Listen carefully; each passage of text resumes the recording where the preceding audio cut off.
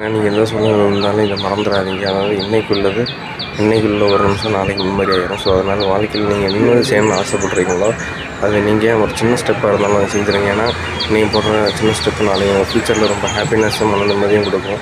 ஆனால் நிறைய பேர் நான் பண்ணுறத பார்த்துருக்கேன். ஆர்ட்ஸ் பண்ணுவாங்க, அதை வரைவாங்க, சொல்லி ட்ராயிங் பண்ணுவாங்க. ஸோ பார்த்திங்கன்னா துணி வச்சு நம்ம பண்ணிகிட்டு இருப்பாங்க. கேட்டால் ஜஸ்ட் ஒரு ட்ரையல் பார்க்குறாங்க. ஏன்னா ஃப்யூச்சரில் நான் செய்யாமல் இருந்தேன்னு சொல்கிறதுக்கும் செஞ்சேன்னு சொல்கிறதுக்கும் நிறைய வித்தியாசம் உண்டுல்ல. ஸோ அதனால தான் பண்ணுறேன்னு சொல்லியிருக்காங்க. ஸோ அதனால் உங்கள் வாழ்க்கை உங்கள் கையில் தான் இருக்குது. ஸோ எந்த சூழ்நிலை இருந்தாலும் சிச்சுவேஷன் சரியில்லை அப்படின்னு சொல்லி சாக்கு போக்கு சொல்லாதீங்க. ஏன்னா ஃப்யூச்சரில் நீங்கள் தான் வருத்தப்படுவீங்க. இப்போ புரிஞ்சு நடந்துக்கோங்க. இது பார்த்திங்கன்னா 49/50 நான் எதிர்பார்க்காத அளவுக்கு நல்ல வரவேற்பு வந்திருக்கு. ஸோ நான் நினச்சது ஒன்று நடந்தது. ஜஸ்ட் ட்ரையல் தான் பார்த்தேன், அதுக்கு நல்ல ரீச் கிடச்சி. ஸோ அதுக்கு நன்றி.